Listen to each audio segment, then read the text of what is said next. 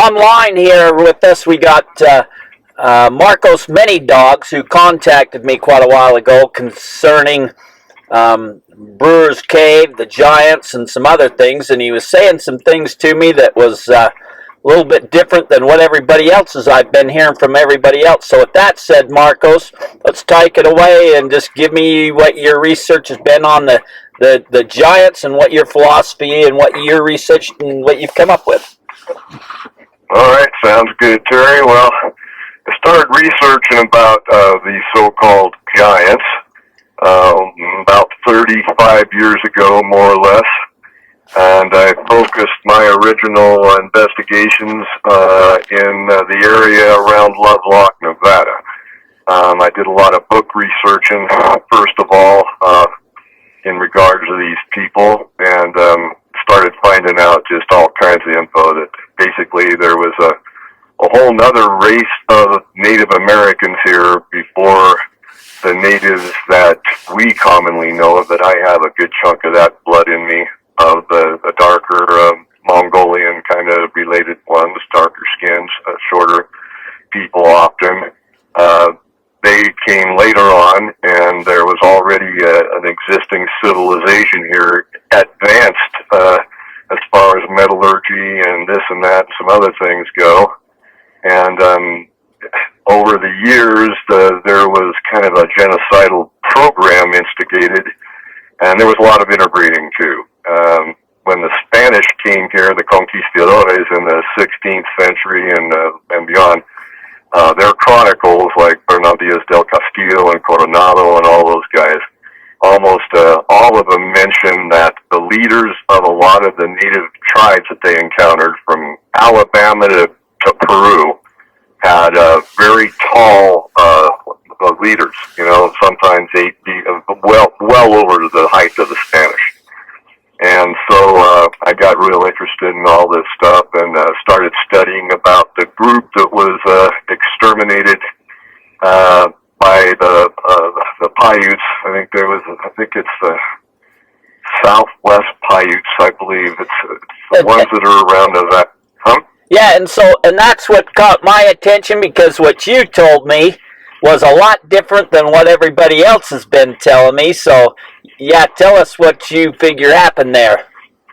Okay, well, the closest place for me to go to start studying these ancient native, people with red hair and that were 8-9 feet tall, so the closest place for me to get to, I was in Northern California at the time, closest place was a little north or so of Reno. I forget exactly where LoveLock is. I think it was northeast of Reno.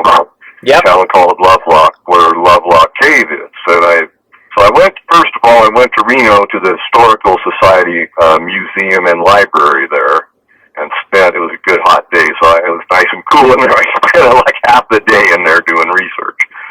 And I found a lot of information by a fellow named John T. or John C. Reed, who was a mining engineer in the LoveLock area back in the late 1800s, early 1900s. His father, whose name I forget right now, had a big cattle ranch there. And on that big cattle ranch, right outside of LoveLock there, on that big cattle ranch, when John Reed, I don't remember if it's John T. Reed or John C. Reed, I just don't know, but one of the two. Anyway, when John was a boy, one of the head guys working on his father's cattle ranch was Natchez Winnemucca. Natchez Winnemucca was the brother of Sarah Winnemucca, who was Chief Winnemucca's daughter and son. And so Natchez and John Reed were good buddies, and Natchez was older, and they were out trying to gather some strays, out wrangling, I guess, one day or whatever, and Natchez said, "Come here, I'll show you something. We're pretty close to this cave." So he took John over to LoveLock Cave and told John the story as he heard it from his family on down through the years. Several hundred years before that, the last of a group of tall, red-haired native people that had inhabited that land. It's all desert now. It used to be marshland a long time ago, and before that it was a big, huge inland lake like Salt Lake. But when it was a marshland and there was a lot of game birds and fish and everything there, the Paiutes came in and settled into that area, was already some people living there, and they started having some trouble between them. And the Paiutes say that these people, who they call in their language the Siteka, that they would catch their people, catch the Paiutes and kill them and eat them, and even in some cases dig up the dead Paiutes and eat them and all this. And so they went to war, and the Paiutes confederated with some of the other Washoe people and some of the other Paiute tribes in the area, and they went on an extermination binge. And the last group, not just Winnemucca, told John Reed that the last group of those tall red-haired natives were driven into this cave, and the mouth of the cave was stuck with sagebrush and brambles, and the Paiutes said, "Come out and fight," and died by arrows and left their cave to death in there. Nobody lit the sagebrush on fire. And John said that he said that he saw charcoal stains on the roof of the cave, and that there was arrowheads stuck still in the clay of it wasn't all solid rock. It was like a clay, kind of a wash, when the coast of the lake had been up that high. It was kind of a wash, kind of a cave like that. So there was like clay, and there was still arrowheads and maybe parts of old rotten arrows stuck in there. And then John started researching on those people and stuff, and found a lot of stuff around there when he was going out. He was an amateur archaeologist and found a lot of petroglyphs. And that's, is that Churchill or Clark County? Help me out here, Terry. Around Reno? Is that... I think it's just before Churchill County, and it's not Clark County. It's not Churchill. It's one of them's near Vegas. Clark or Churchill? I'm getting mixed up all the time. Clark is Vegas. It's near Churchill, okay, but it's not in Churchill. It's it starts with a P. It's Pershing County. Pershing County. Okay. In Churchill County, which is right close to there. Yep, it's right close. Yeah, there's petroglyphs. I saw the pictures of them in the Reno library there, and there's petroglyphs all over the place. Just all over these boulders. I didn't go out to see those or anything, but John C. Reed got interested in those and did a lot of work on those. Well, the thing that was interesting in Sarah Winnemucca's book, Sarah Winnemucca Hopkins, she married a U.S. cavalry captain, I think. His last name was Hopkins.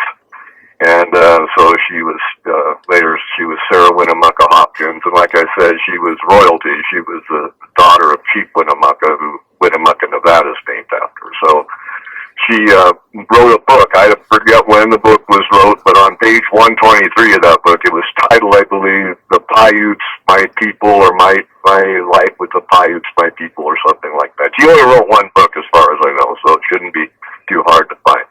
She talks about these people, the Siteka, the tall, red-haired people that were there when the Paiutes came, and she lays a story out how they were cannibals and this and that, and how her people exterminated them and they killed off the last of them in that cave. With all this is, I have one major beat with this. And first of all, I've seen the artifacts from those people, and they were very skilled at making decoys from rushes, from cattails and stuff. They made the most exquisite decoys I'd ever seen. Yep. They had a basket for duck decoys. It was duck decoys, and yeah. Yep, and they would skin the head of the duck, and then they would make a ceramic or a clay head, and then they would taxiderm. And I saw these. They were right there in the museum. And then they had atlatl. If anyone knows what atlatls are, atlatl is like a way to throw darts. It's kind of like a sling kind of a deal. And I saw some of those. And then these people, they wore moccasins, but they didn't survive, I guess. What did survive was a type of footwear that no other Indians made or wore. And these were sandals made of straw, and they were woven. And none of the other Indians that I know of made those kind of shoes. And they found a bunch of those in the cave. Now, that cave had a lot of back guano in it. And around the turn of the century, there was a family called the Greens. They lived in LoveLock, and they figured, well, that back guano, a lot of people will buy that for a special fertilizer. We can make some buckets here, Yep. So they went went out, the Green brothers and a few other guys, and they started mining the guano out of the LoveLock cave. Well, as soon as they got down a few feet, they started finding all kinds of neat stuff. Baskets and feather bolas, colored feather bolas made from like the migratory birds that inhabited that area when it was a swamp. That these feather bolas and feather items were described as being at rival, with what the Aztecs made. Now, I lived in Mexico City, and I'd seen the Aztec featherwork in the museums down there. The Aztec featherwork. It's something to see. It is something to see. And although they didn't have any tropical birds right around Nevada, they had all kinds of ducks, teals, and every color of feather you can imagine, and to make the featherwork with. So they had all this stuff, the decoys, bows and arrows, you name it, they had it. And they stored it all in the Green Brothers garage or carriage house in LoveLock. Well, mysteriously, a fire started, strangely enough. Some agent of the what's that outfit, Smithsonian, I guess. Anyway, all that stuff burnt, strangely enough, mysterious. So you're saying that the large skeletons that they found also burnt? No. Okay. The skeletal remains, I don't know what they found. The skeletal remains, they were from 6 to 8.5 feet tall. They found about 60 of them all together. And they had there was no meat left on the bone, of course, but they found plenty of long red hair, and male and female skeletal remains, and then not much of the clothing was left. They found a lot of straw stuff. They didn't find any buckskin or anything like that, as far as I know. Little bit, maybe a little bit. I'm trying to think of what items made out of leather they might have found. They found a lot of baskets. They found a lot of that feathers stuff. I guess that didn't rot away. And they found some models, some bows and arrows, a lot of arrowheads, heck of a lot of arrowheads. And anyway, all that stuff was stored in the Green Brothers garage in the town of LoveLock. And somehow the word got out. It made the local newspaper there, probably in Reno as well. And then in 1912, I think, Berkeley, the anthropological department of University of California at Berkeley, sent out two guys. I think their name was Loud and Howe, two anthropologists, if I'm not mistaken, Loud and Howe. And there was a book published. I took it out of the library once that those two anthropologists published with pictures in it of all the stuff they found a bunch of skeletal remains. Now, I've seen some of those skeletal remains. I didn't get to go in the back room like David Hatcher Childress did in the LoveLock Museum and see the skulls. They had a couple skulls back there. I didn't know about them, or I would have begged, borrowed, and stole to get back there. But I did not see those. But in Virginia City, back in the day, probably under the Native American buried people that aren't even related to you act. Yeah, the NAFTA Repatriation Act. Yep. Yeah, which I think, not NAFTA. Sorry, NAGPRA. Yeah. NAGPRA. Well, yeah. I think that is if it's your people, that's one thing. These are not their people. These are a whole different race of people in every way you can. I took anatomy. I was a pre-med major for a while. I know different characteristics of bone structure and all that stuff. And these are not. These are very large. I saw one skull and one entire skeleton in Virginia City at the Old West Museum in Virginia City. It's probably not there anymore. The guy that owned that museum back in the day had a nice collection he put together. It was free to go in there. You could give a donation, but he had a skull from the cave, and it was big. It was a big skull, not like a giant, 3-foot tall thing or nothing, but it was a big skull, full skull, mandible, the whole deal, and it was from LoveLock Cave reportedly. And then did it have down the street? Did it have the double row of teeth and stuff? Do you know that? No, I didn't see, Terry. All I saw was the front part of the teeth, but as far as I know, it didn't have double dentition. No, none of the. As far as I know, none of the skeletal remains found at LoveLock Cave had double dentition. Just to throw in a little tidbit, Geronimo, the Apache chief, he supposedly had double dentition. There's a number of people nowadays that have it. It's not like you're a Nephilim. It's like it's just a genetic quirk that happens to some people sometimes. Uh-huh. So, no, but this. So I saw that skull in the Old West Museum there on Main Street in Virginia City, and then across the street. Speaking of genetic quirks, they talk about the 6 fingers and 6 toes. Well, I went to school with a kid that, when he was born, he had 6 digits, and they cut it off so that, he wouldn't be a freak, so. Well, I believe that we are designed. I don't believe in any of this evolution crap. I'll tell you right now. Excuse my French, but I believe we are intelligently designed. But we are not designed. I'm going to get a little esoteric, and I'll be brief. But I don't think we're designed by the ultimate consciousness of the universe. We are designed by, yes, bigger brains than what we got, more intelligent, more powerful beings than we are. But they're not the ultimate end-all, be-all. Okay, and they made some mistakes when we were designed. I think there's equipment we got built into us that we have no idea how to use yet. I'm convinced of that due to these several hundred years of documented cases of spontaneous human combustion. If you research that, boy, get ready for a woo moment. And then also the whole thing with the pineal gland and the third eye. We have equipment built into us that is atrophied because we have not been taught.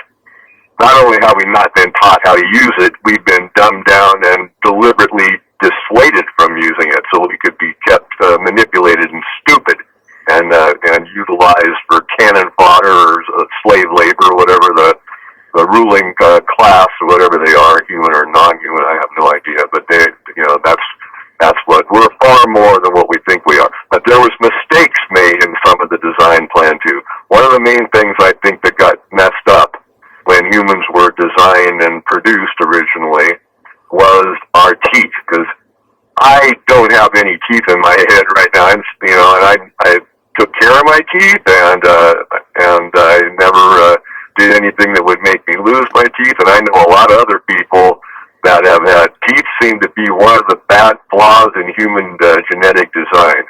And then once in a while, these extra digits pop up on people. And I have never known anyone that had them, but I think that we're probably designed to have 5 digits, and that seems to work fine, and a 6 must be an aberration or something. But, then there's other things like muscular dystrophy. I had a good friend that had that, terrible way to go, and that's a genetic, thing that goes wrong and genetically, and, there's little problems. Basically, I think whoever designed, in the Bible it's plural, it's not one, it's Elohim, it's plural, and I've done my homework on that. So our designers and manufacturers were, my hat's off to them. I think they did a pretty good job all around, but there's little mistakes that got made. And this whole thing, I'm not a religious person, so to speak. I'm spiritual, can't help that. But I do believe in a lot of what's in the Bible. It just jumps out at you as being true. And I have to say that I do think that there was some interaction between some, you want to call them heavenly beings, higher dimensional beings, the Watchers, whatever you want to call them. I think they came down and they messed around with the human genotype, and there was a lot of problems due to that.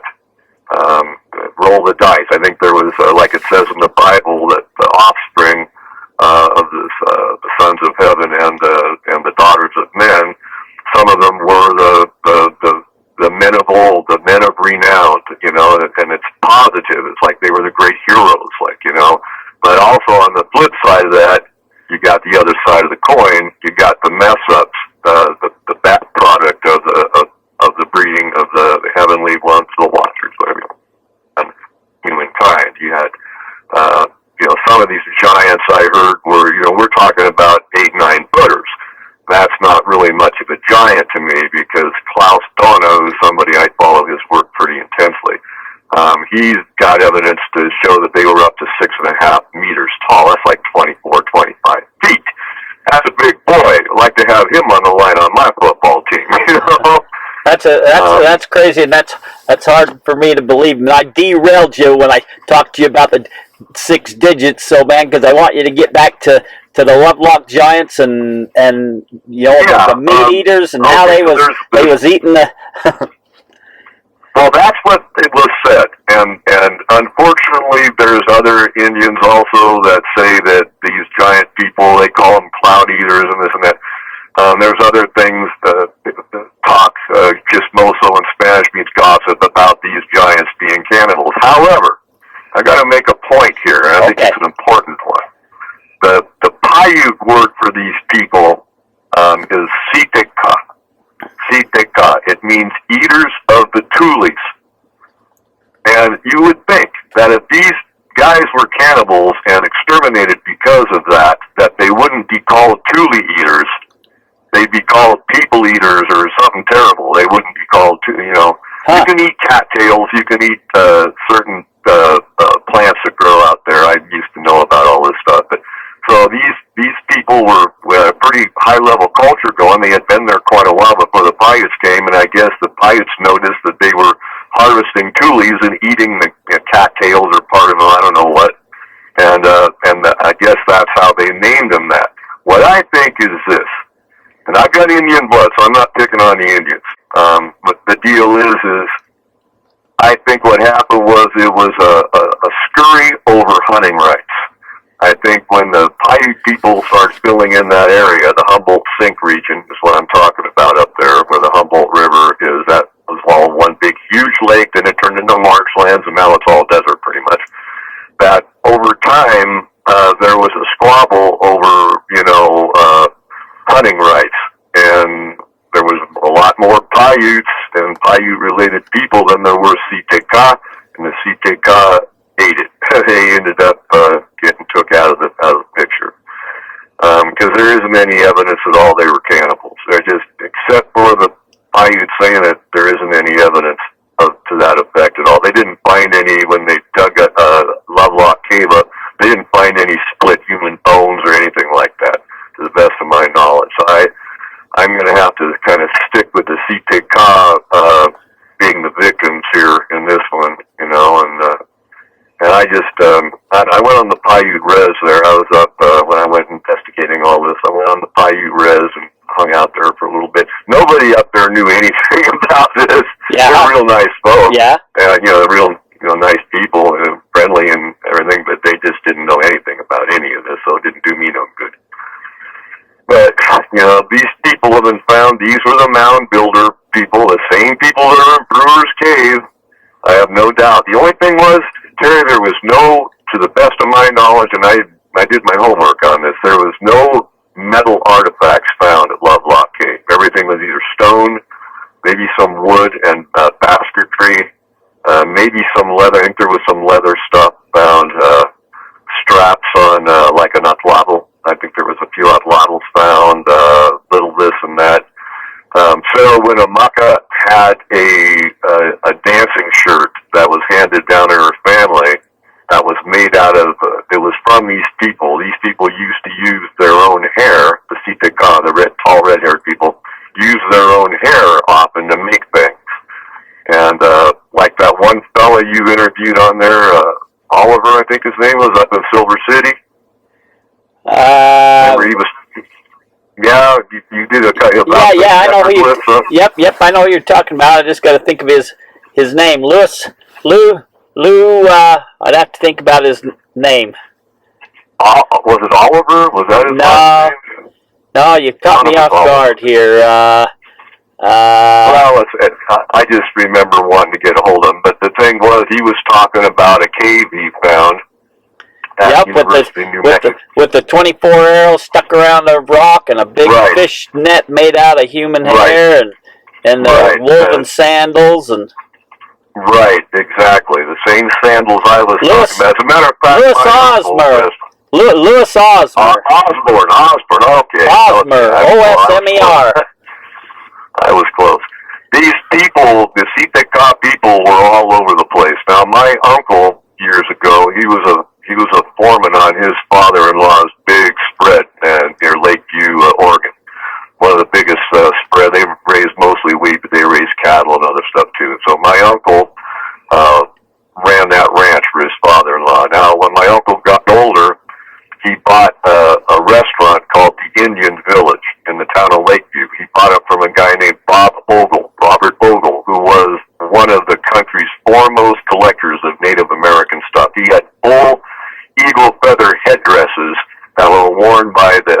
chiefs that were in Buffalo Bill's Wild West. I saw those myself. They were in his office. Huh. And above every booth in the restaurant, there was a big, like a portrait-sized picture frame with a cotton backing with an arrowhead design in it. And this area up there around Lakeview, I've never found. I go up there arrowhead hunting and just, one day I was only picking up the ones that were made out of red obsidian. I was leaving any other colored arrowheads in the dirt. I just picking up the ones that were part red obsidian or all red. And that's my uncle in the restaurant had a pair of those sandals. I remember seeing those and thinking, wow, I was only 9 years old or something, but I'm thinking, well, those aren't moccasins. Those are woven. They're made out of straw, you know, and I'm thinking, well, how could that protect your feet very good? But he had and it said they were 10,000 years old. Wow. Those were found in a cave near Lakeview, Oregon. Now, Lakeview's in the central Oregon, right across the California border.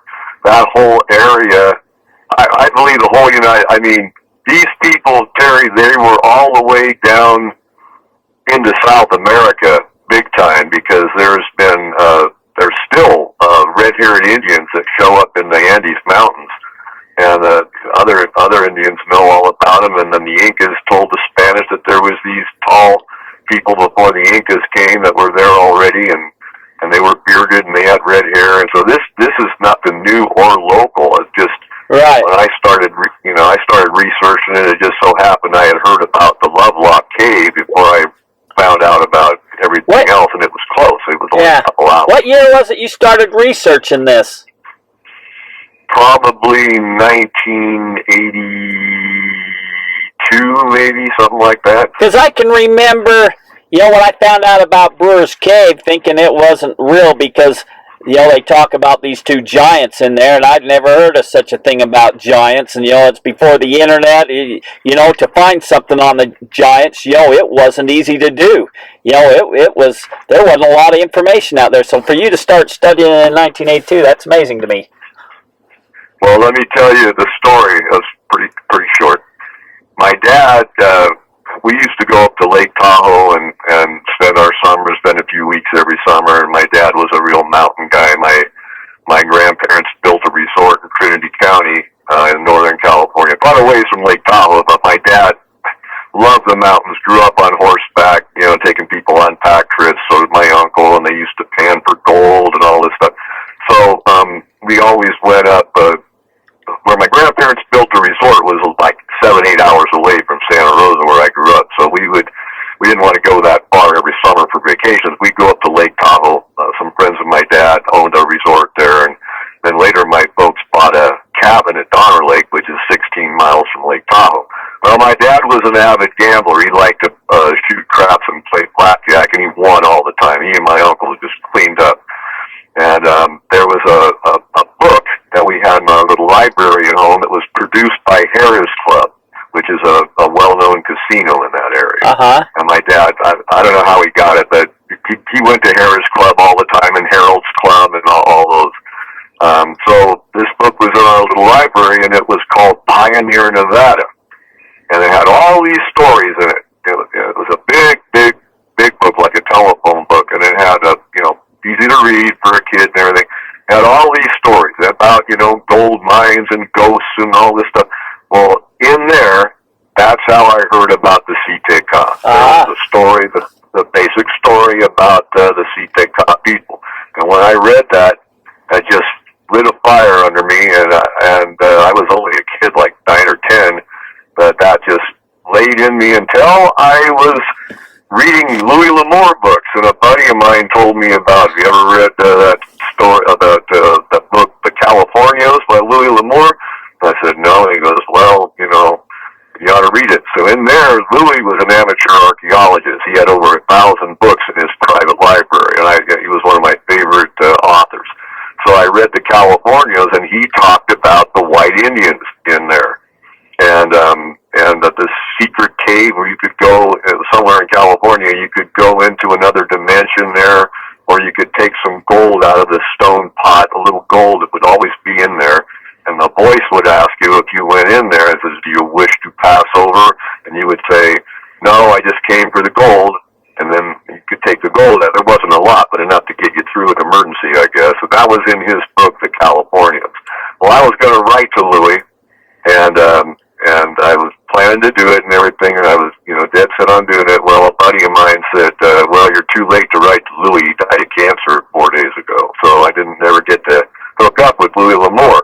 But that kicked me in the rear again to start researching, and then within a couple years, I got a book called Weird America. You can't get it anymore. They must have squished that somewhere. You can't get it. It's by a guy named Jim Brandon. It's called Weird America. In that book, he talks about a cave under Lexington, Kentucky that Daniel Boone's party found in the late 1700s, where there were 60-something mummies in a big cave, tall, red-haired. The same thing just kept coming back and back and back, and then I kept hearing about the mounds when what the Smithsonian swooped on all the time, that 8-9-footers that they found in the mound burials with red hair. And I just got infatuated with these people. And I said, well, the closest place I know to go where they found anything is LoveLock, Nevada, in that area. So I headed on out there and I spent a few days. I didn't spend a whole lot of time. But that whole area, Mount Shasta, that area, there's a lot of talk about those people up in that area around Devil's Post Pile and into Nevada. As a matter of fact, they found a big mummy, a tall 7-8-footer, I forget, in the desert there, but it was where the lake had been, Humboldt Lake had been in the old days, and I don't know how they found it. Oh, I think it was when they were putting the railroad tracks in there. They were digging out to put the railroad tracks, and they found a bunch of stuff at different times, but they found a big mummy there, red-haired mummy. So these people were all over the place. The Mandan Indians up in Ohio, they no longer exist because they were able to easily assimilate into white civilization because they were mostly white. They were descendants of these people, and they kept fairly well pure. Governor Clark of the Lewis and Clark expedition, he was governor of Ohio for a while, and when he handed his hat over, so to speak, to the new governor, he wrote him a letter, which I read, a copy of that, and he told the new governor, he goes, you will find the Mandan people, like I said, they no longer exist. There's no tribal group called the Mandans. They don't exist anymore. But Governor Clark wrote to the new governor, I don't know the new governor's name, this is 1820 or 30, something like that.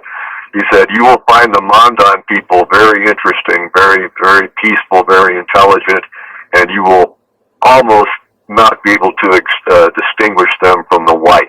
Huh. And said, it's a very strange phenomenon to me, Governor Clark says, that there has not been enough time for them to integrate so much with the white colonists, like the French and whoever came into that area from Europe, for them to become so white as they have become, like many having green and blue eyes and, reddish blonde hair and the such. So that's what we're dealing with here. We're dealing with suppressed information, and these guys that want to suppress all this information, Terry, they love it when they can get the Indians all riled up about reburying artifacts.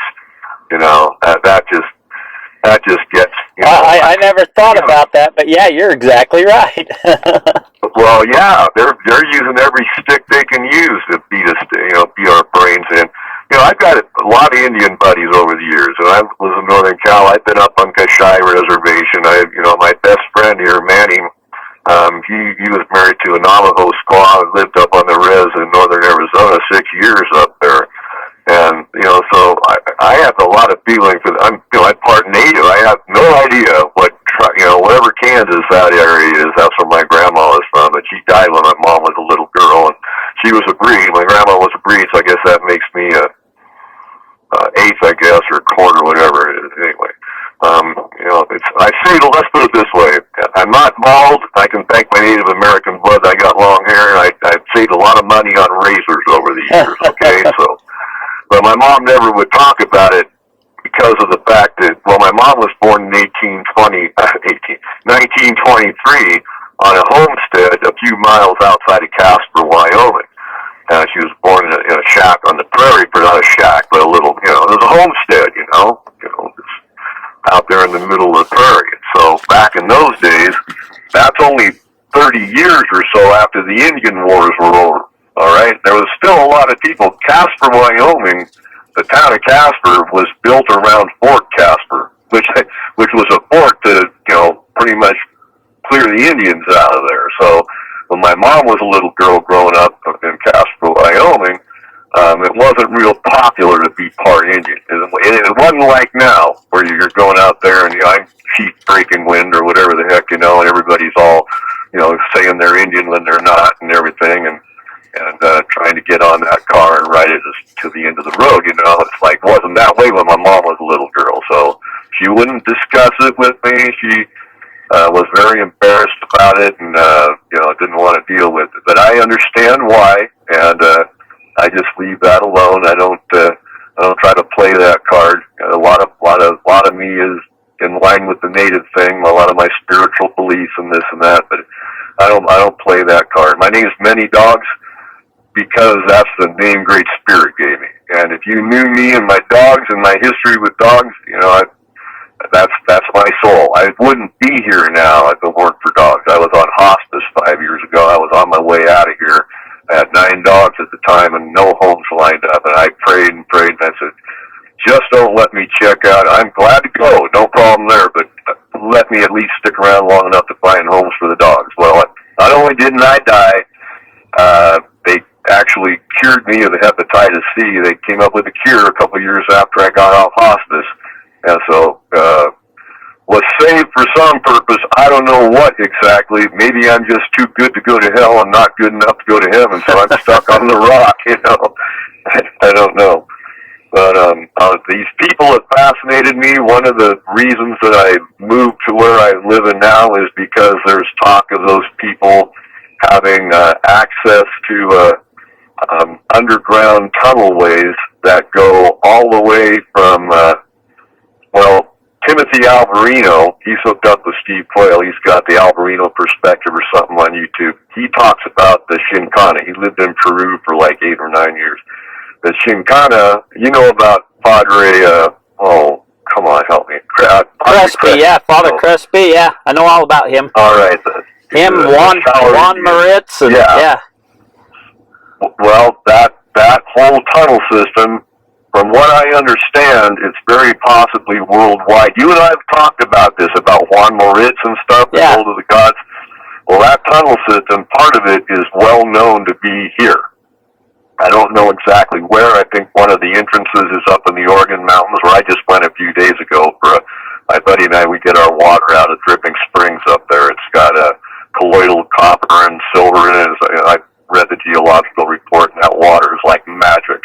It's like did you see that one thing, Terry, about Klaus Donna when he came back from Ecuador and he was bringing that water, that special water back? I didn't.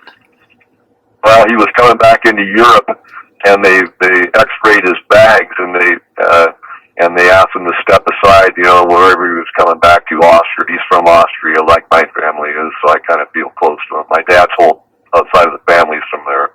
My mom's the Indian. She's Indian, Ashkenazi Jew, and straight up American. Everything. Heinz 57. But my dad's family, they're all straight off the boat from Austria. So Klaus was going back home after going to Ecuador and doing a lot of research. And he was bringing this water back that he knew was just incredible, like the water we get at Dripping Springs up in the Oregon Mountains down the road a piece. And the guards asked him to step aside, and he goes, oh, no, what happened? Someone put some drugs in my bag. And the water would not show up on the x-rays. And so they had him open his bag, and he showed him it was just water. And they go, we can't believe this, because we've had water, people bringing bottled water and stuff back, and it shows up, but your water didn't show up on the x-rays. Really? So, yeah, there's places you probably got, I call them magic springs. You probably got a bunch around Ogden there. You just got to find out where they are. The Indians knew about them. If there's any skins living around there anymore, they'll know about those places, because that water was known for its healing properties. I'm sure, Great Spirit gives you what you need. And we found this place. There had been a sanatorium for tuberculosis victims built where we go, up at Dripping Springs in the Oregon Mountains near Las Cruces. That's all dilapidated. It's all ruins now. But people used to go up there to get better from different stuff, tuberculosis and stuff. And the spring's still there, but it's not running all the time. It runs whenever there's a rain for a while or whatever. It runs, comes right out of the side of the mountain, and that's the best dang water.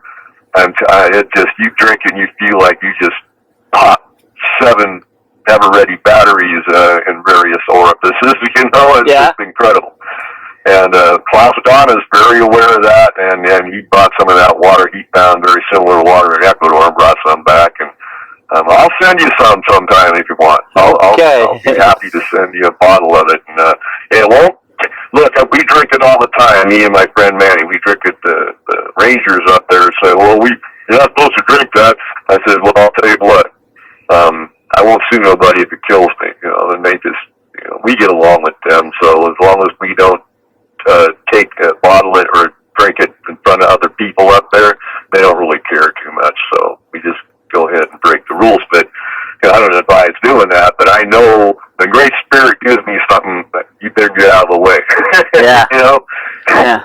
Because that water, I'll tell you one thing, that water is a gift to us, and all the water on the planet's a gift to us, and you know, we should start taking care of it, and you know, we don't get busy pretty soon cleaning this mess up. We're not going to have a mess to clean up. There ain't going to be nothing left. So we gotta start taking care of things. That's one of the things I like about what you're doing. So I want to ask you this because I've been here. You know, I haven't been a great studier of the Giants. I've been studying of trying to figure out how to get into Brewer's Cave to see if they're real. That's what I've spent my time doing.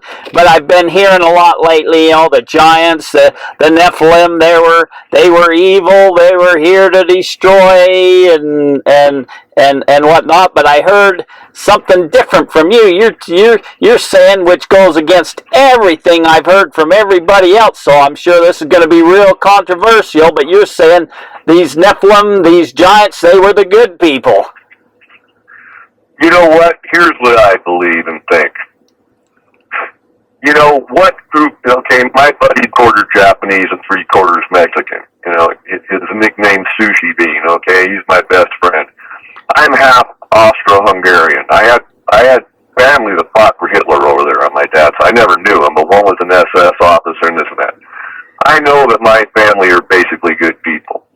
Manny knows that his family are basically good people, but I know for a fact the Japanese did terrible stuff to people during the war, and I know that Germans and Austrians did terrible stuff to people during the war, and I know that Eisenhower, once the Allies took over Germany, go on YouTube and find out about the concentration camps that the Germans were put in after the war. That there wasn't even any buildings. They dug holes in the ground. It was in the early spring, and they froze to death or fell in the latrines and drowned. Go on there and check that. That's man's inhumanity to man. And what's the first thing they do when you join the military? You know, the first thing they do is, first of all, they break you down to your basic constituents, all right? They break you down into nothing. Then they dehumanize the enemy, okay? So here's what I think. I think everybody and every group of people has good and bad in them. I would agree with that, yeah. You know, same way with these giants. I can look back at me. I've never done anything really too terrible, but I've done my share of bad stuff. Rock. And I'm ashamed of it, and I've paid my dues, I hope, and I've changed from what it does. But, you know, I think it's the same way with these giants, Terry. I think some were, you look at the God in the Old Testament, you know, I don't worship anything. I worship Great Spirit, and that's everything that is. You know, that's the whole deal. We can get into that some other time. But basically speaking, if you're really into the Bible, and I have one and I use it, that you look at God of the Old Testament, and he's like a human being on steroids. So it's the way I think about these giants. I think that they were sometimes probably very bad, and sometimes very, very good. Look, Robert Shrewsbury, by the way, Robert, if you listen to this, I hope you find it in your heart to talk to me sometime, because you're the one guy I'd really like to spit out over the line here, buddy. He was talking about that Navajo buddy of his. No, I don't know if he was a Navajo. He was an old sheep herder or something. Well, anyway, that there was a giant that came down, one of these native giants I'm talking about, came down on one of the, you know what I'm getting to, one of the Navajo reses. He knew it was his time to die, and he just wanted to party with the Navajos a little bit. Then he did for a week, whatever, and then he went up to wherever he went to and died. And he was one of the last ones. And, you know, then you look at, you know, like all the different, you know, stuff they found. They found, of course, you know, like Brewer's Cave. I believe that's true, and it just goes in line with the other discoveries that they found that the Smithsonian mysteriously swoops up on. By the way, the Smithsonian is an extension of the Vatican. Okay, really? I'll tell you right now, and I'm not going to tell you how I know that, or you know, believe me, take it to the bank. And you know, I guess keeping people stupid, we're easier to control if we're dumber and believe a lot of lies and everything, you know. But the thing is with the giant people is the way I see it is there was all kinds of different giants. Just like you have all kinds of different people, you know. And some of them were like that one. Okay, let's get on the Kandahar one. Because that was something I definitely wanted to bring up. If you listen to Steve Quayle, and L.A. Marzulli talks about it too on there, apparently, and Steve has a lot of informants. A lot of people go to Steve. You know, I've got some issues with him, but I like him basically. They were all a bunch of old guys, you know. L.A. Marzulli's a year older than me. Steve's about the same age I am. Tom Horn's 3 years older than me. David Ike's a year younger than me. You're a kid, Terry. I think I'm old enough to be your dad. I don't know what you're talking about. Yeah, you're old enough to be my little brother. You're not even quite. Well, yeah, you are. You're about the same age as my little brother. But the thing was, okay, apparently in Afghanistan in 2006, I think it was, these guys went up, a special forces team, I think there was 8 in the group, I'm not sure. They went up there, and they went up to where this big giant, red-haired giant, one of the old folks was living, and they went up there to take, the Taliban was up there, because there was a lady that was bringing food up to this cave, and they go, oh, we got us a hot nest of Taliban, let's go murder all these Taliban, let's go murder these fundamentalist Muslims in their country, you know, doing what they're doing because they're living by their religion and being true, so let's go murder them so we can keep growing our opium and making heroin and keeping all the wrong people rich and powerful, okay? So they went up there thinking they were going to find a nest full of Taliban, you know, just like the guys in Nam thinking they were going to find a whole underground cave system full of Viet Cong. So they went up there. No, they didn't find any Taliban. They got like a 12 or 14 foot, I forget how tall, one of them 2-foot red-haired giant come out of there, and he sees all these guys with guns, and, you know, judging that their intentions were not good, and this is his crib, this is his place, okay? Him having the strength and the size and wherewithal to do, you know, if that happened to me, I don't know, I'm not a very big guy, I've got one Civil War reproduction pistol. I couldn't put up much of a fight, but apparently this giant could, and he wiped out, I guess, the whole company. I guess there was 8 guys, I think. I'm not sure. But so the first special forces group that went up there, they got took out. So they sent another one up with a warning of what they were going to encounter up there, and they killed the giant. Not before the giant skewered 1 or 2 of them. And they killed him. They put him they got him back. They airlifted him out with a big helicopter, and then they brought him back to, I think, Wright-Patterson Airport. That seems to be where all the weird woo stuff goes. But several guys that were involved with this, one of the guys was the transport. You know, he wasn't involved with the actual hit on the giant, but he was, what's the C-60? What's the big cargo planes? I don't know.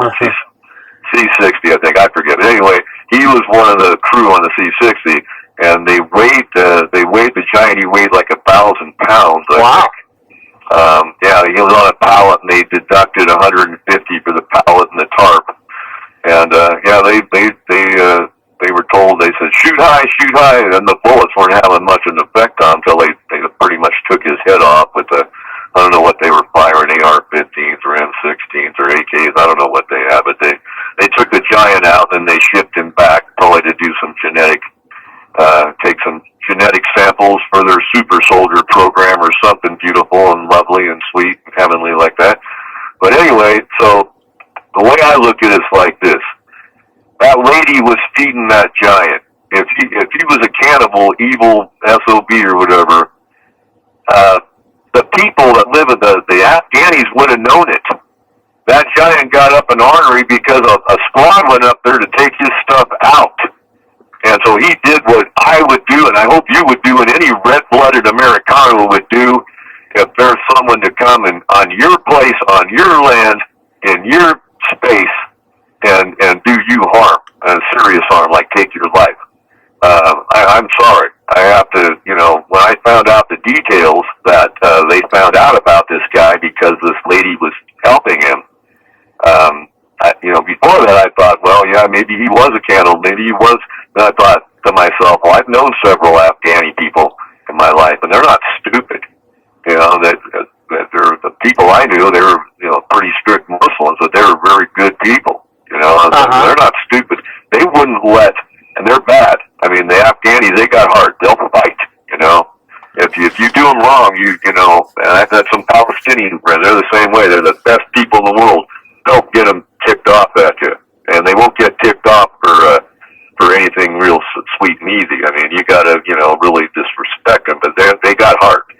Not like most of us TV watching Captain Crunch punching, American door sliders. But anyway, the fact remains is that, the Afghans had no beef with this guy. Some Afghan lady was feeding him, helping him out, and I think he was trying to hide out so the Americans wouldn't find him, because the Afghans, I think they knew all about him, and he, just like the Indians did with that one Robert was talking about. He came down to party with him before he died, and there was no, according to Robert, at least on that spit he did on that you got there. He just said that he came down to party with the Navajos. He knew his time was coming, and he wanted to have a little human companionship. Because I don't care how big he is, he's a human being. Right. I don't care how little, like Dr. Evil, or the little clone of Dr. Evil in that. I forget that movie, that funny movie with Michael Myers. Yeah. Anyway, that little guy, he's a little guy, but he's a human being. Just because he's little doesn't mean he's, weird or not a human. Yep. Well, if you're just the opposite, if you're 14 foot tall, well, I don't care how big you are, just don't use my bathroom, please. It's just, what kind of person are you? That's all I really care about. What kind of a human being are you? Because I've had all kinds of I've lived in 5 different countries. I've known human beings of every shape, color, size, gender, some in between genders, whatever, and it's all about what's your soul like, not your body so much. Who are you? What's your spirit like? Well, they murdered this, in my opinion, in my not so humble at times opinion, they murdered this guy.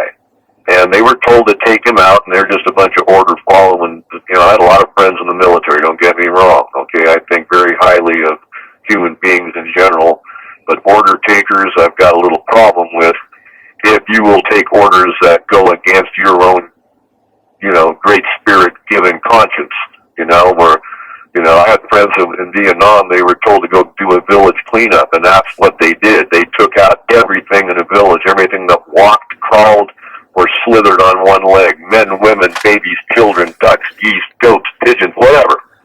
And then they burnt everything to the ground, and then they went around snooping looking for tunnel entrances. Okay? And that's our boys. We're supposed to be the good guys. We're supposed to be the white hats.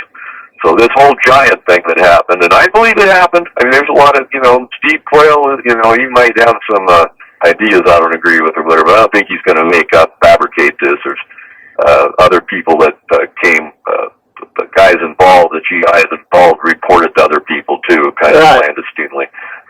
So I just think they did a hit on the giant, and maybe they wanted his DNA to work with they're doing all kinds of stuff. DARPA's doing all kinds of sweet stuff with nanotechnology and their chemtrails and all this wonderful stuff. And It's all waging war on mankind. It's all, it doesn't matter what country you're in. I got one of my best friends is Russian, and, they're chemtrailing over there too, and they got the same problems over there we got here, and their defense department's developing all these weapons and everything. And bottom line, it's all against us humans. It's all against the population of the earth.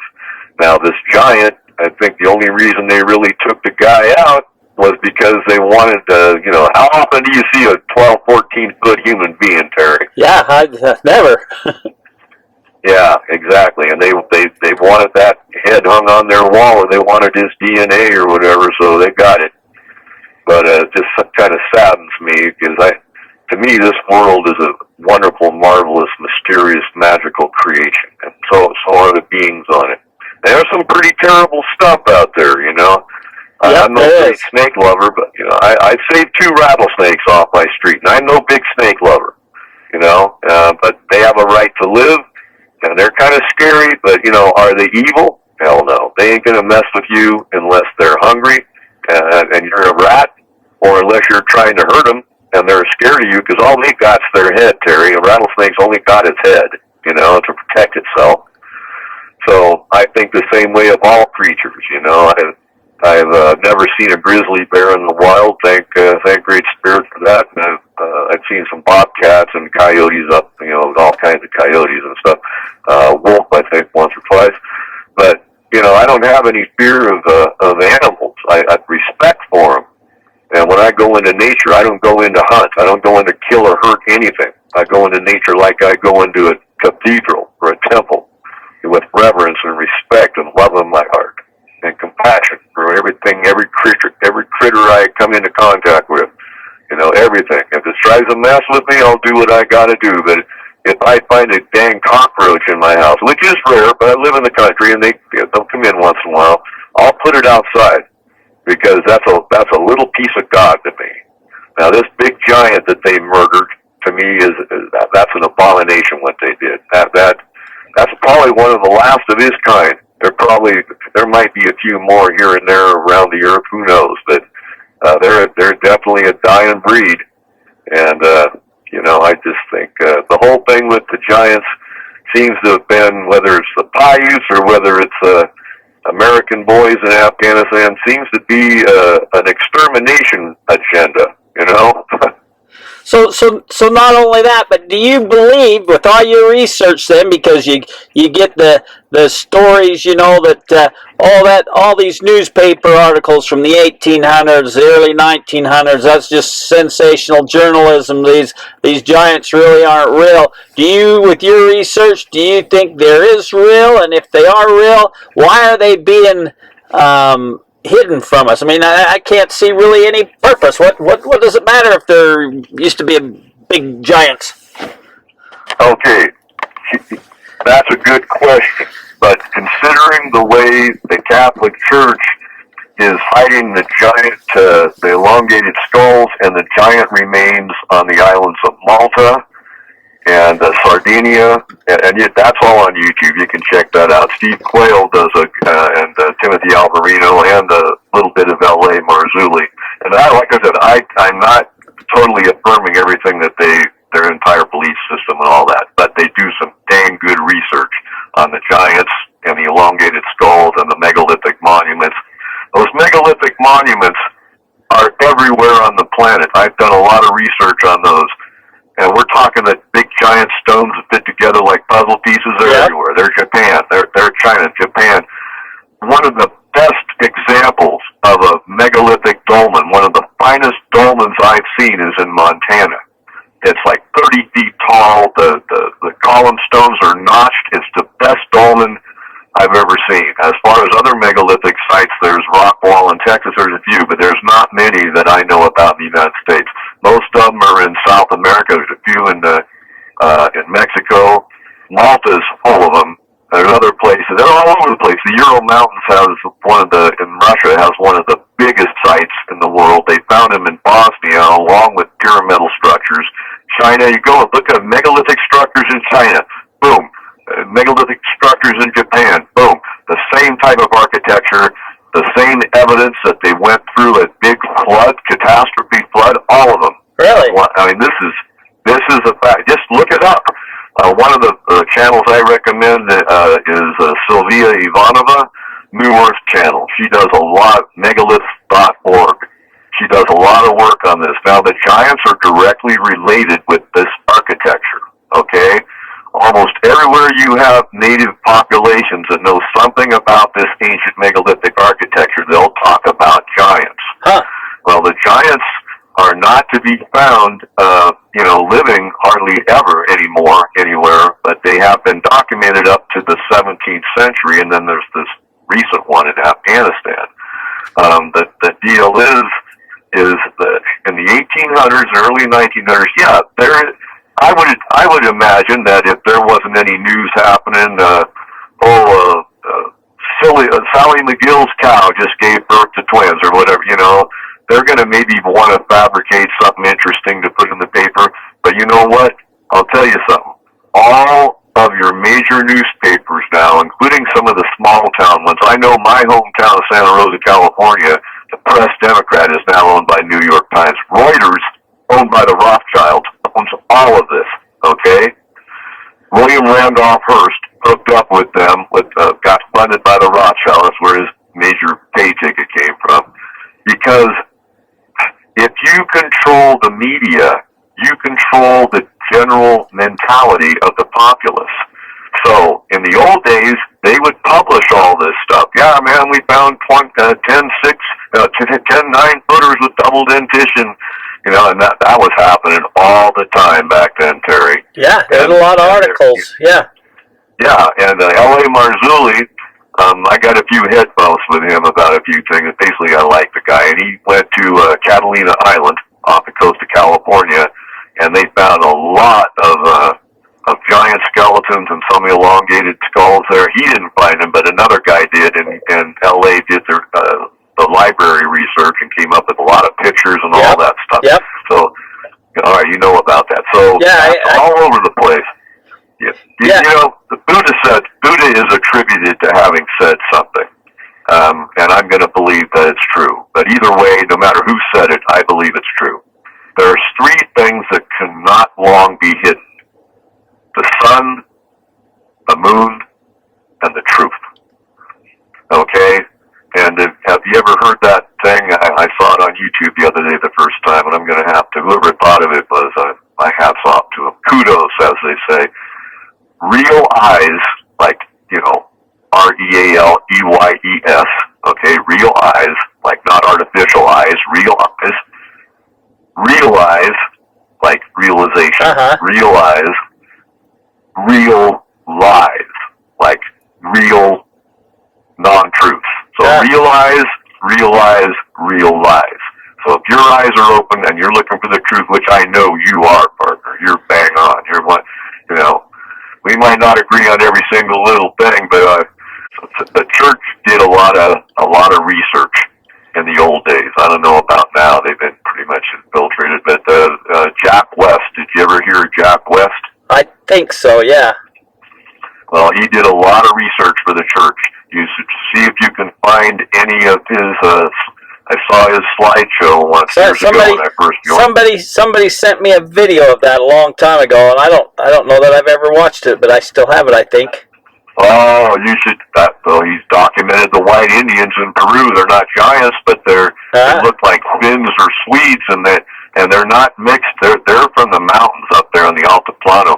Two sisters. One's reddish hair, blue eyes, and light skin, and her sister looks like a regular Indian, like a regular, dark hair, dark eyes, and the whole shot. And they know all about the ancient white Indians. They know all about them. That's what the Incas say. That's who was there first, was these ancient.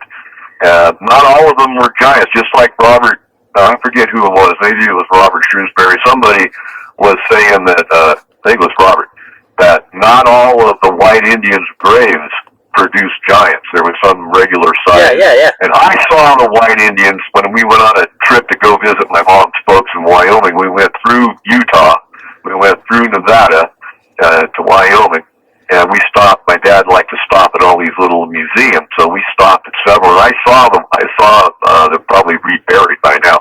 but I saw several. And at the Temple Museum there in Salt Lake, I went to the Mormon Temple Museum, and they had white Indian, a couple of them in there, white Indian mummies in there, and they weren't old gold miners that got lost or nothing. These guys were dressed like Indians, and mummified. You couldn't tell what color their skin was, but their hair was, they had beards and mustaches. They weren't very big. They were only like, they looked like they were a little under 6 feet. They weren't very big guys. But red hair and beards and mustaches. So, you know, that Jap West slideshow I saw way back when, he had all kinds of interesting stuff. Copper that had been alloyed so that it was stronger and would hold a finer edge than the best surgical steel. And just all kinds of neat stuff. I might draw a drop when I watch that slideshow, so you might want to dig that up. Yeah. But as far as the old newspapers, you know, I'll tell you right now, I have to say I would put faith that most of those are true. Because, you know, back in the old days, it wasn't like now where you could just hop on a plane or a train and get out of Dodge, you know? If you were putting lies out in your newspaper, you weren't going to hold your newspapers depended on people buying them things, you know? That's true. And yep.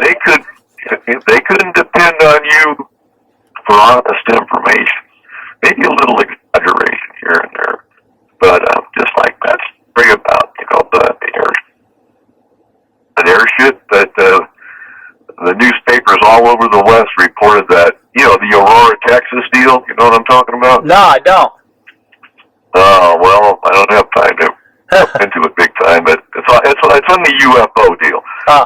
In Aurora, Texas, there was a grave. Someone stole the gravestone. There was like an airship. It was described as an airship that was in the sky and was seen all over various parts of the West with a little guy on board, and it crashed into this judge's windmill, and the little guy died, and they buried him in the graveyard, and it was in the paper. The whole thing was in the paper. You know who Jim Mars was, right? He died a while back, but you know who Jim Mars was? No, I don't. You know, oh my God. He I don't know anything. No, you know a lot, but I'm here to maybe, like you turned me on to a lot of information, Terry. Allow me to help return the favor. Well, thank you. Jim Mars, he passed away. I think, he's kind of hooked up with the Linda Moulton Howe. They're more into the UFO and the conspiracy. But Jim was a good guy, but he did a really good report on the Aurora, Texas phenomenon. So some little guy, and when they wrote it up in the newspaper, it was in 1897, I think, in Aurora, Texas. They said the inhabitant of the airship that crashed was not of this earth, was not of this world.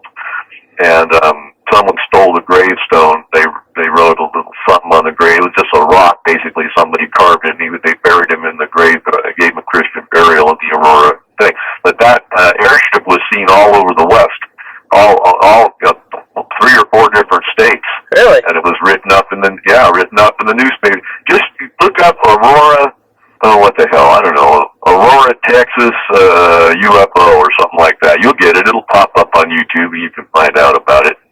But those kind of things, it's like these kind of phenomena occur, and newspapers nowadays. It's not a matter of them writing BS in there or exaggerating. Now they hide stuff from you. Now they deliberately withhold information. And we're giving them a run for their money, because I'll tell you right now, there's a lot of people like me and you that are hungry as hell for the truth. Yep. We just, people ask, they say, oh, you're a conspiracy nut. I said, no, I'm a truther. I'm not a conspiracy, because I'll study both sides of the situation. As far as the shape of the earth, whatever. I study both sides. I'll say, okay. I took a college level astronomy course from a PhD when I was in college. I whapped an A in the course. I've got 2 telescopes here. One's a 4-inch Newtonian reflector telescope.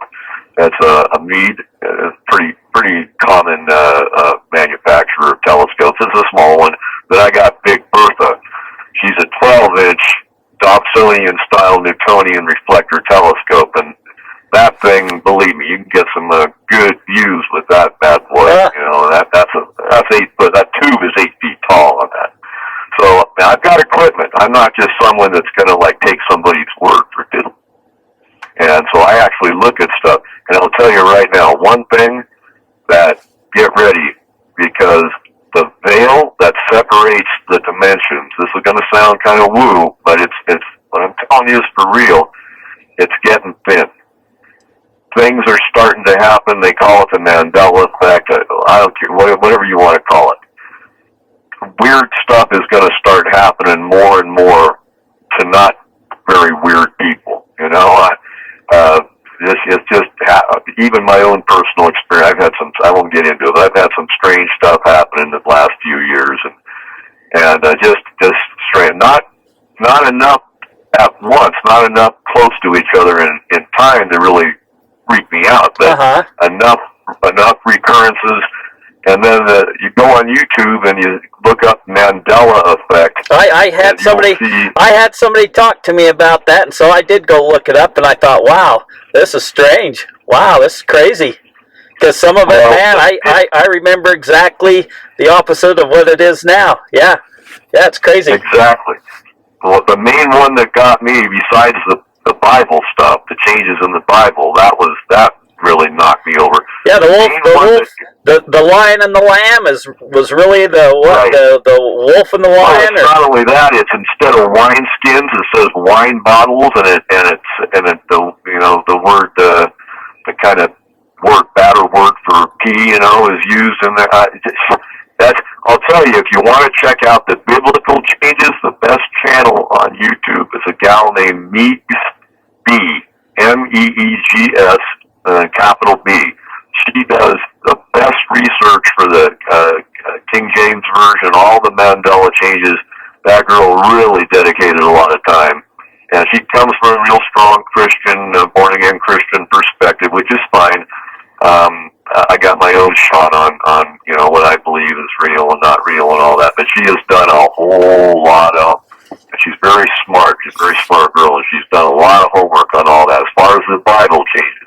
Now, if you really want to go woo-woo, now I was a pre-med major. My father was a medical researcher at the Mayo Clinic where I was born. I've got a pretty solid medical background. I was a pre-med major. I wanted to be a neuroendocrinologist. I had to drop out because there's a lot of stuff, but I have a pretty good medical background. I have I took anatomy for a while. I keep up, and having a disease that was killing me for 20 years, I wanted to know as much as I could about all that and the organs it was affecting, which I told you I'm cured. The hepatitis C is cured thanks to Big Pharma. As much as they talk bad about Big Pharma has saved my life 2 or 3 times. So, we were talking about good and bad, okay? Just like Nixon. Oh, man, he's a bad guy. Well, Nixon saved my butt from Vietnam. I was ready to enlist as a sharpshooter because I was a really good shot. Because I dropped out of college, I was going to go and enlist and go into rifle train, be a sharpshooter. Nixon put in the lottery system. I wasn't going to go if I didn't have to. So the lottery system, I got high numbers 2 years in a row, and the third year he ended the war. Now he might have helped start it, but he ended it. So that saved my butt from Vietnam. Then a couple of years later, he opened up normalized trade relations with China. So now we got good stuff, and I have nothing against buying stuff from China. I'd have a whole recording studio and 10 guitars and everything else, and all my computers and everything. It's all from China. If China hadn't been opened up for trade, I wouldn't have any of that. Plus, I lived over there, and I liked it. So I think Nixon, in spite of the bad stuff, I think he did some good stuff too. So we got to look at the universe the way it is. That's true. It's a two-sided coin. Look at Mother Nature. Mother Nature gives us peaches and bananas and apples and pears and bunnies and all this neat stuff, Oh wait, I don't eat any. I don't hurt and kill any animals anymore. I used to be an avid hunter and all that. And I got nature out. I got rabbits and lizards and doves and you name it, coyotes, everything out here, and I just love it all. So that's where I'm at with all that. I don't condemn people for hunting or whatever. But I'm not there. I just love. To me, it's all God. It's all Great Spirit, and I just love it all. And I treat it with respect, dignity, and compassion, and I will continue to do so. However, it's like nature has two sides. Nature can produce some pretty nasty situations sometimes. Yep. Yep. But on the other side of the deal, I guess it's like having a wife. I guess I've been single for a few centuries now, but you love your wife, and yet nobody can hurt your feelings more than well, depends what kind of, with me, it's always been a two-sided coin. It's always been like, yeah, good and bad. That's why I'm single, because I seem to always pick the craziest women out there, so I'm better off just having 5 female dogs. That's enough for me. Get along better with them. But, that's everything in the universe, man, is like that. Big pharma, yeah, they do all this stuff, poisoning people with the vaccines and this and that, and not letting real proven cures for cancer get marketed because it cuts into their profit margin too much, and yet they saved my life 3 times. So you can't be so judgmental. And the same thing with the Giants. The Giants, I don't doubt that there was some that were pretty bad guys. Cannibals, quite possibly. Definitely not good guys. But I also believe there was a representative amount of them that were very good guys, just like the one Robert was talking about that came down and wanted a little human companionship before he checked out and went to meet his makers, And that guy they killed up, the giant they killed up in Kandahar up in Afghanistan, I'm sorry, that was murder. That was, he took out a bunch of our boys, but that wasn't his fault. He was doing what any human should do. He was defending that was his house. That was his cave he lived in. He wasn't bothering nobody. They went up there to mess with him, and they were armed to the teeth and ready to do business, and he sensed that real quick, and he gave them a shot full, and then they came back, and that was all over. But, the Giants, they're going to find more and more stuff, Terry. They haven't found diddly squat yet, let me tell you. There's stuff that has been kept hidden. I believe Great Spirit has kept it until these times to be disclosed, to be shown, and the truth will come out, and we will know that a lot of the stuff that's in the Bible was very true. What I don't get too well is the Elohim brought the flood down, and but did it do any good, really? I mean, I believe the flood happened. I have no doubt at all, not whatsoever. And it was worldwide, and whenever it happened, I don't believe in the dating systems. By the way, that's something, Terry, do not put credence in the potassium argon or the carbon-14. Those dating systems are they're flawed, terribly flawed. Oh yeah, you just research it a little bit. You'll come into the absolute agreement. Yeah, it's BS. It's like so much BS, and we just eat it right up, like mushrooms. We just eat that BS, and oh man, yeah, that's good BS. No, and then that's one gripe I got with Michael Crebo, and I sent you that book by him. And thank you for sending me that book. Well, no, it was yours. It had your name on it. I didn't know it when I bought it, but it was already yours. Thank you. The thing with Michael is he goes by these dates. He goes, and this was taken from outside in a coal mine that was a seam of coal that was 24 million years. No, there's no way to really know. The potassium argon method, you can look it up and you'll come to the same conclusion. You've got physicists that are telling you. I'm not making this stuff up. The carbon-14, there are so many different things that can affect the degradation of carbon-14. It's just, it's just not a good way to go. When you cut a tree down and you see rings, that you can go by. Yeah. Because you're not going to have 2 growth cycles in 1 year. That ain't going to happen, So, but as far as any other dating systems, like the stuff they found in Brewer's Cave, like the moss or the juniper bark or whatever, it's hidden. I wouldn't go by any of it. I would just say, this sucker is old, and that's all you can really say. This was 24 billion years and the dinosaurs, this and that. And it's just, it's BS. I mean, it's not even really the scientific principles that they base the dating methods on isn't even clear. Just research it. I'm sure you'll come to the same conclusion. But go at everything with a, I don't have to tell you this. I'm preaching to the choir. I've always, not always, but it's come to my attention through various different people saying it, and it makes perfect sense, so I will repeat it. Keep an open mind, but not so open your brains fall out. Yeah. And I live by that. And the world's a magical, wonderful place. And if you look for truth, you'll find it. And something a little magical. You can go to some guy, I won't mention any names, who is a deliberate disinformation specialist. But now, there's a bunch of them out there.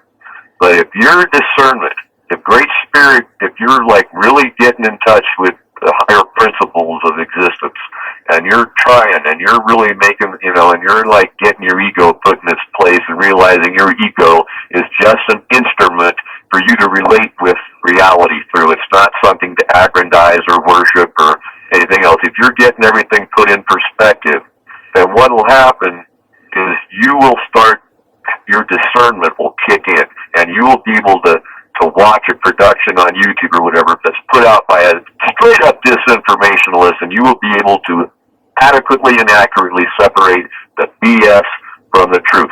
They're out there to dissuade you, but what's the word I want? They're out there to divert you from the truth.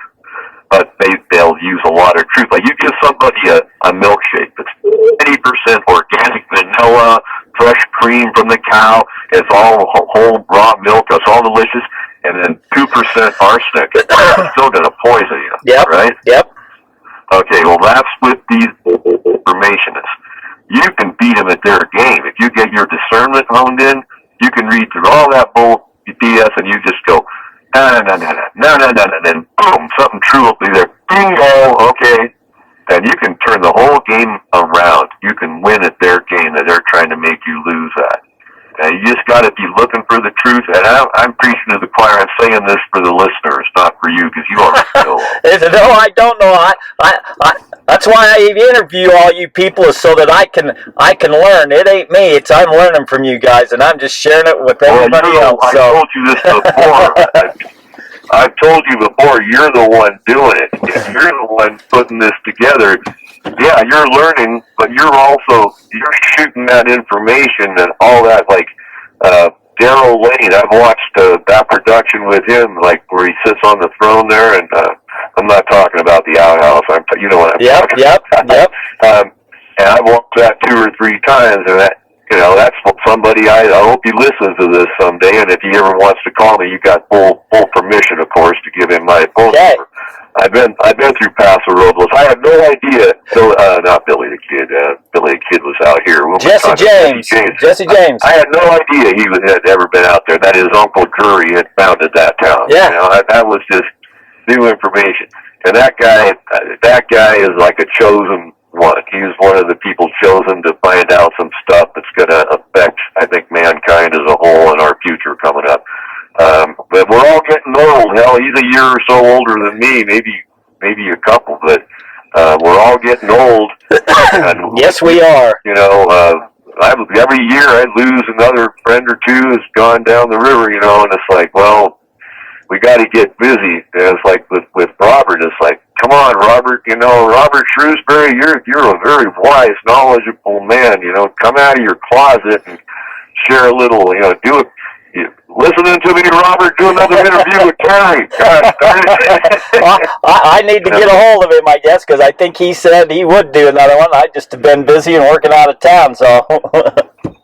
Well, I know you're busy. I know you're busier than the devil on Sunday morning, but, don't let him slip through your fingers. That guy's got a lot on the back burner, and I don't, he's a couple years older than me. He's not a whole lot. I think he's 2 years older than me. His birthday's in February. I know that because that was, he mentioned that. He's going to be 60. So I think he's 2 years older than me, I think.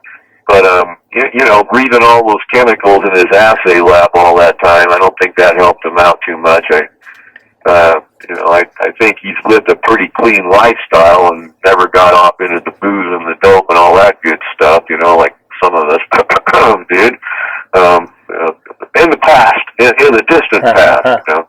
I like what Daryl said. He goes, "I've never done any drugs. I was born high."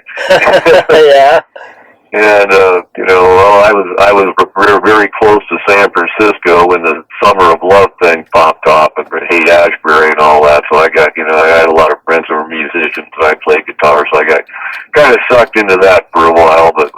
But Robert's has been a real straight shooter, pretty much all the way down the tracks, and anything that comes out of his pie hole, you can take that to the bank, and you know what I'm saying. Yep. I just wish I just wish he'd spit some of that info out, or, you know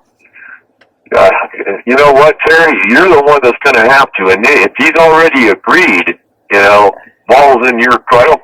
I don't play tennis, but the ball's in your court, buddy. You're right.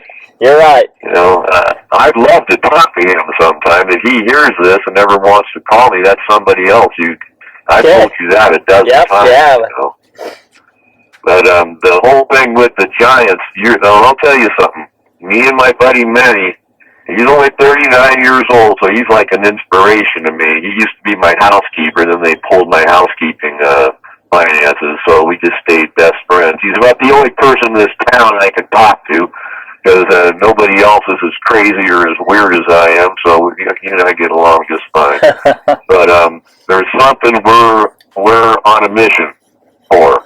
And if this comes, you're the first person, I think I might have told you this before, well, I know I told Manny this, and if we find I'm not sure what we're going to find, but I know we're going to find something, because little clues, little breadcrumbs are being thrown, and there's a reason he and I got both brought to this area, and we're almost right on the 33rd degree parallel, and we got Los Alamos Research Lab. You know, it's a ways away, but it's in the same state. We got Roswell to the east of us, a couple 100 miles. We got White Sands, Victoria Peak. Billy the Kid wasn't far from here. Geronimo, there's a mountain right next to Victoria Peak named after Geronimo. He fought one of his last face-offs with the White Eyes here up in that general, or up in the Oregon Mountains. There's petroglyphs all over the Oregon Mountains. I've seen pictures of them. No one will tell us where they are, but I know they're up there. We've seen pictures of them. We're going out to Three Rivers in a while, which is one of the largest. There's like 20,000 petroglyphs out there. That's about a 3-hour pop. We're going to go out there. I'm going to do an article. I promised Wayne May I'd do that article like a year ago, so I'm going to do an article and take a few snaps. They're mostly the peck and pull type. They're not the really good petroglyphs, you know. They're the peck out ones. Uh-huh. Okay, but there's like 18,000 or some huge amount of them. It's on YouTube. There's a little spit on YouTube about it. But I'm going to do an article for Ancient American Magazine. Cool. And send that, you know, and then I'll give you a copy of that. Thank you. You get that magazine, Terry? Yes, I do. All right. Well, then I won't have to send you a copy. It'll come in your issue. But, yeah, we're going up there, take a few pictures, I'll write up an article. No one knows anything about it. It's like those big petroglyph sites in Clark County and Churchill County. Huge petroglyph sites all over the boulders. There's some out, where else are they? Well, the Oregon Mountains, I've seen pictures. I mean, go and look on general search engine on Google. You put in Oregon Mountain petroglyphs, and they all pop up. And they're really, you know, the Watchman, the guy with the horns, that big guy, it looks like a giant, he's got the horns. You don't know about, okay, well, they call him the Watchman. He's a common repeated motif on the petroglyphs. These are some paintings. I do too know what you're talking about. There's some of them here in Utah. Yeah, they call him the Watchman. At least they do here. But he's a big guy. And he's got horns like the big Yeah, and the ones I've seen, they're holding spears. And they're guarding... Could very well be, yeah. I forget, but there's like over 1,000 petroglyphs up in the Oregon Mountains. We got, I called the head of the anthropology department at New Mexico State University, and she wouldn't, I don't know if she even knew, but she wouldn't tell me where they were, even if she did know, but she did refer me to a gal that wrote a book about those, Patsy something. And I was going to get her book and then try and contact her somehow. After I buy her book, I figure she might be welcome. Well, I bought your book so I like you, you know, or whatever. If I don't buy her book and I'm hitting her up for info, she might be a little sticky on that. But, So we're trying to get things geared up for these trips. Three Rivers petroglyph site's only a couple of hours from here. It's up. You got to go through Alamogordo and then go about an hour out of Alamogordo. That other place I was talking to, that one place, I don't know if we're going to get up there or not, but it's sure tempting. I'm not going to mention the name. I kind of want to keep it under the belt, but you know what I'm talking about, that place at Robert Stride. Oh, yeah. New York. Yep. Okay, yeah. That's really interesting, but it's pretty far away, but the more I research that, the weirder that sounds. It's like, well, I got to wait and see if Great Spirit gives me the green light on that, because that's a little bit scary. It's like, well, man, that we might end up being somewhere where we're stuck for a while, and I got to be back to take care of my pups, as you know. Yeah. So that's on ice. That's on the back burner for now. But the Giants are definitely a part of the program. I don't really like it when I hear certain people, not you, but other people saying, "Oh yeah, they're the Nephilim, they're the evil." That's why God. First of all, the word God does not exist in the Bible. The word God to me is the word God. The only significance or value that word God has is it just happens to be the word dog backwards. It doesn't mean anything. That's not the word that's in the Bible. That word in the Old Testament is Elohim, Eloi, Adonai, Yahweh, Yod-Heh-Vav-Heh. The word God, none of it translates. Elohim is the most common word, and that's plural. It means the heavenly ones. And the B'nai Elohim, in Hebrew, B'nai Elohim means the sons of heaven. They're the ones that came down and bred with the earth women and produced the Nephilim. The Nephilim comes from the Hebrew word. You probably know this already. I know. The Hebrew. Well, Nephilim is anytime you have like an em or an im on the end of a Hebrew word, it's plural. Okay, so my name in Hebrew, Kelev, means dog in Hebrew, and you know what Kelev translates to in English? It means all heart. All heart. So the word dog, Kelev in Hebrew, means all heart in English. And boy, is that apropos, huh? But my name would be Kelevim, I guess. Kelevim. It means, plural for dogs. So that's the name, many dogs. But these giant guys, first of all, destroying the earth didn't do any good. It always did.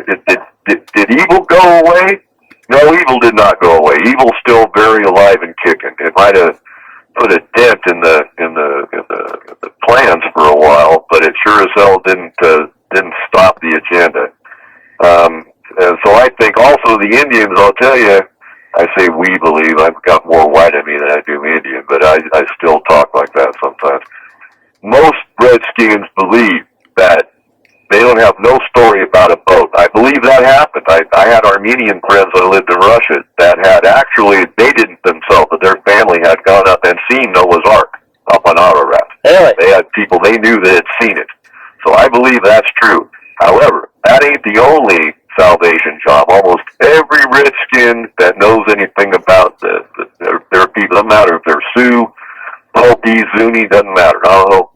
They all believe they were taken underground during the Great Flood and that they were allowed back out. The Hopis say that's what the Kiva is all about. That's a ceremonial underground deal to celebrate when they were released from their underground protection during the Great Flood. And that the Grand Canyon, the Hopis know all this stuff. They know about the ancient cities underground. They know all that stuff. They're just, they don't. Why should they tell the white man anything? What's the white man ever done for them? But they say the Grand Canyon, that wasn't just worn away by the little old Colorado River over thousands of millions of years. That was a one big, relatively quick action that all got washed out when the flood happened. There's evidence of that flood all over the world, and I told you before, these ancient megalithic structures, most all of them are about 2/3 buried in solidified mud. You can research this. You can check this. I'm not making this up, believe me. It doesn't matter if they're in Japan, China, Malta, Ural Mountains, Siberia. I've looked at pictures of them all over the world. They're everywhere. I guess the most famous places around Cusco, Peru, that seems to be the most well-known, but they're everywhere. They're all over the place. I haven't seen that many from up here in the States, except that dolmen in Montana. I forget that gal's name. Just look up Montana dolmen or megaliths in America or whatever. I think I've seen pictures of them, and them are spectacular. Well, that one dolmen, that 30-foot tall, yeah, that's the finest example of a dolmen I've ever seen. Yep. I've seen a lot of pictures of them. That's just incredible. But we got to find out. One thing about history, Terry. One thing. There's no conjecture. Whatever happened, my friend, happened. And unless you can time travel and go back with it, then there ain't no changing it. History was what history was. Yep, that's true. I can go back in my life, and I'm real honest with myself. I can remember, just as soon wish I didn't remember, And I remember wonderful stuff that I'm happy I do remember, but then that's not so hot either, because then that's not happening now, and I'm thinking, oh, damn, that was the good old days, and it is over now. But, it's like history was the way it was. Trying to lie to us about history and convince us of this or that, or convince us that evolution is a fact, and that we are we're just billions and billions of stars, and we're just a little speck in the piss pot or whatever. Lying to us about history, lying to us, that is just abominable to me. You and me and people like us, we are after the truth, and history seems to be the most secure way to find out the truth is to look at history, because whatever happened. There's no way of changing it, You're not going to go back and say that Custer wanted Little Bighorn. That didn't happen like that. There was people that survived it and said, the Indians, most of the Indians had one on their belly. Most of the Indians survived it, and they said, we took them boys out, man. Yeah. Didn't do them any good in the long run, but we know that's what happened with the Giants. We know the Giants were here. So the people that are trying to I was born and raised Catholic, switched over to Mormon, and then now I'm pretty much neither one. But the fact remains is I'm a little ticked at the Catholic Church for trying to hide all this information. And there's so where did you hear the information that the Catholic Church is trying to hide that information? I haven't really heard that. Well, I'll tell you, L.A. Marzulli was part of they went over to Malta and Sardinia, and they talked to a guy that found giant bones under his house, and he told the native, the priest there, the local priest on Sardinia, and I forget what he said, to destroy him or whatever he did. And that seems to be the general modus operandi. And I've got some inside info that the Smithsonian is a Jesuit institution. Huh. And I went to a Jesuit school I got kicked out, but I went there 1 year, and they asked me not to return. But all the Jesuit priests I knew, well, that's life, can't win them all. But anyway, all the Jesuit priests I knew, there was one I had a little problem with, but he wasn't an actual Jesuit priest. He was a Jesuit brother, but he was we don't need to get into that. I had a little problem with that guy. But the other Jesuit priests I knew, and the Jesuit misters that were studying to be priests, all of them to a one were good men. All of them. Yeah. So I don't know what to make of all this. I'm going to have to say that probably the Jesuits are like the Giants. There's probably some very good ones, and there's some real evil suckers out there, I'm hoping that the Catholic Church will come through and be one of the white hats, maybe they'll turn out, and, I know that there's some real weird stuff going on. When I was a kid, Terry, you couldn't be a Mason and be a Catholic. It was verboten, okay? You couldn't be. My father was a Knight of Columbus. That was a Catholic. They had a few different groups. He wasn't real serious about it. Right. Went to a meeting now and again. So he was a Knight of Columbus. That was an accepted secret men's group, if you want to call it that, of the Catholic Church. My uncle, on the other hand, was a Luciferian 33rd degree Mason. my uncle with all my heart. He's one of the best people I've ever met. But he was straight up, I mean, high degree Mason. He was a brother he was a member of the Brotherhood of the Mystic Shrine, a Shriner, okay, and a 33rd degree Mason. And I know he knew stuff he didn't talk about. The only way I found out he was Luciferian was because all my family, everybody else was Catholic, pretty much, except my Uncle Tony. And my dad and him, I mean, my uncle was like my dad. I mean, I love my uncle with all my heart. You know, I never missed my dad when I was with my uncle. I stayed up there at Lakeview with him for like a month at a time, and I never missed my dad because my uncle's voice sounded just like his, and my dad and him were so close growing up. My dad even said, and he's not a huggy-feely kind of guy. I was talking to him about, well, you and Uncle Tony were pretty close, weren't you? They were only 2 years apart because we were like the same person. And that's not something my dad says. If you knew my dad, well, he's dead now, but you don't say that kind of stuff. So they grew up on horseback together, gold panning, hunting, you know, having a trap line. You know, they had a hell of a life, but they went different ways. My dad was a pretty strict Catholic, and my uncle became a Luciferian Mason. And the way I found out my uncle was Luciferian was only recently because everybody in the family said, Uncle Tony's atheist. He's atheist. Well, okay, well, that's all fine and good. He was always good to me, and he was a rancher. Okay, yeah. He was that's what he was. He was a rancher, and he was a hard drinking man. He used to drink with all the Indians up there in Lakeview. He owned a bar, so that was easy to do. And then he had to stop that because it was killing him. And he died of lung cancer. I don't know how many years ago. 20 years after he quit smoking. But he was a pretty hard guy, but a good man, a smart man, a very quiet man, but when he said something, you listen.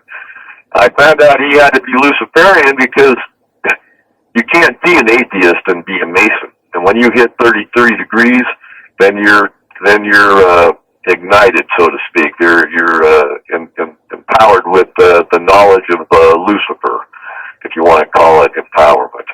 So I knew that he couldn't have been an atheist, and he wasn't a Catholic or any. He couldn't be a Mason. So I knew that when everyone said he was an atheist, later on when I learned about the whole deal with the Masons, I said, well, you're a Luciferian. If you make it to 33 degrees, you're a Luciferian. So that's where my uncle must have been at. I don't know how he felt about that. We never discussed any of that or whatever, but that just shows a lot of diversion in our own family. But one thing I'll tell you, the Masons, all these astronauts, all these guys that are running the show, and now the high cardinals in the Catholic Church. We're talking the guys that are at the high cardinals, at the upper crust of the Catholic Church. Almost everyone's a Mason. Huh. Almost every. Yeah, I'm shocked. I mean, when I found that out, it was like. I thought the Masons was kind of like a dying thing, It used to be the thing way back before TV and all this, distractions, and so there was these special clubs, these, fraternal orders and that, but because of all the distractions going on, I thought they was kind of a dying breed of that kind of stuff. Terry, the Masons are the extension of the Knights Templar. Every world leader, and you can check this out, and you'll see I'm 100% correct, because I wouldn't say this unless I had bullets in my gun. Every world leader, and every world leader for the last several hundred years, has been a Mason. That's Putin, that's whatever that guy that runs China, every other, the Queen of England, everybody, every one of them. Every leader, every world leader is a Mason, is a member of the Masonic Brotherhood, okay, or Sisterhood. They got women Masons now. Everybody that makes it anywhere in show business, the entertainment industry, in the corporate world, Benjamin Netanyahu, you know who he is, right? Yeah, yep. All right, yeah, high degree Mason. Huh. All of them. You can check this out. If you have any doubt, check it out, because I ain't just making this stuff up. Yeah, so I've traced everything down to, okay, you've got a branch of Judaism. Beware of those who call themselves Jews, but in fact are not, but in reality are the synagogue of Satan. Okay, there is a satanic branch of Judaism that goes back to the 1600s. It's called Sabbatean Frankism. You can do your homework on that. There's a really good spit on that put out by Dr. Paul Marcos. He died last February, rest him. Dr. Paul Marcos' channel is called World Beyond Belief. I think his wife Mindy still kept the channel up. The information should still be on YouTube. And he does a really good spit. And I've done my own research aside from him, but everything, all his facts are in line. Dr. Paul was a PhD, and I forget what. He was a friend of mine, like you. I talked to him pretty regularly. He lived in Ecuador, and he died from a blood clot last February. The world's a darker place without that man. But he did a really good spit on satanic Judaism, the Sabbatean Frankist branch. And that's what the Mossad, all these good guys are all tied up with that. Jared Kushner, all these guys are in that. And the Masons are all tied into that. And every one of the astronauts, all your top brass of the military in every country, doesn't matter. All the top brass are all members of the Masonic Club. And I'm talking the Orientals. I'm talking, I can't say it, Ahmadinejad. Who's that guy that was the head of Iran? Ahmadinejad. I don't know. Well, he was the leader of Iran. Okay, it's all a big game. They're all Masons. The wars, even if they throw a war, it's a joke. All the wars over the past, Lord knows how many hundreds of years, they've all been planned. Now, I'm getting off into some pretty heavy stuff here, but I'm not lying to you, and I'm not making this up. I'm not just thinking this. This is all provable. The only thing I have a certain question about is Hitler supposedly went after the Masons big time. But I know for a fact, because I had family over there, that Hitler, when Hitler came into power, there had to be money behind him because all of the German industry and all that was down in the toilet. They had to, after World War I, you had to bring, during the German Depression in the 20s, you had to bring a kid's wagon loaded with Deutschmarks, German Deutschmark bills, a wagon load to buy one bag of groceries. There was people burning German Deutschmark bills in the cities in their coal burning stoves because it was cheaper to burn German money than it was to buy coal. Okay? There was people selling their dead grandfather on the black market to a local butcher to grind up and make sausage out of, mixed with pork fat, and I'm not kidding you. Mixed with spices and pork fat. If Uncle Hans died, this is, hey, when things get bad, all kinds of people in Russia ate human flesh during the last World War, during World War II. A lot of people didn't, but it was well known that cannibalism was down where I lived. I heard about it. It was a long time ago that people knew about it. People remembered. Where do you live? People are starving to death. It's but all these wars were started by the same powers behind everything. Now somebody funded Hitler. Well, guess who it was? It was the Rothschilds, the Bushes. Henry Ford kicked in on the kitty. The Rockefellers. Really? Yeah. Oh yeah. You can check this all out. Who brought? Yeah, Hitler was a great leader. Fine. I mean, the people loved him, but there had to be some money in the kitty. Who was going to pay to rebuild Berlin and build all the new buildings and the Autobahn and all that stuff and get German? Who was going to build all the stuff to finance the Wehrmacht, the war machine? The money had to come from somewhere. The Germans didn't have it. I just told you what they were doing. Yeah. And it's no joke about that. What I'm talking about, that a whole kid's wagon load of Deutschmarks to buy a bag of groceries. I'm not joking. That's real. That's documented. So, all this money. Did you know that Henry Ford, during World War II, had a tank production plant in Germany making tanks for the Germans, okay? Nope, I didn't know that. Okay, now listen to the rest of this. You can check this out, it's all true. That tank manufacturing facility got bombed by the Allies during the Normandy invasion, correct? And it was destroyed. Henry Ford took the United States government to court for reimbursement for the value of that tank production facility, and he won. Really? Serious like a heart attack. Huh. I'm not kidding. And he was manufacturing tanks for the Germans. Hitler in his private office had a huge portrait of Henry Ford, who he admired greatly. You know? And the whole deal with, the Rothschilds helped fund Hitler. His concentration camps, his war on the Jews was great. Why? Because after World War I, part of the deal, that's a whole other Balfour Declaration and all that, but part of the deal was the Rothschilds, the English, the Allies were losing World War I. One of the Rothschilds went in and said, hey, we can get I got all these Jewish friends in the United States, we can get America in on the war and you'll win. So don't sign a peace treaty with Germany was winning, but they offered a very, very good peace treaty. Nobody won or lost anything. This is stupid, let's stop it. However, the English were ready to go for it. Somebody went in and said no. One of the Rothschilds went and said, no, we can get America in on the war and we'll win. The only thing we want out of the deal is when the other nations lose, one of those other nations was the Ottoman Empire being managed out of Turkey, the Caliphate in Turkey, the Ottoman Caliphate in Turkey. They owned Palestine at the time. So they said, that's all we want. We'll get America in on the war.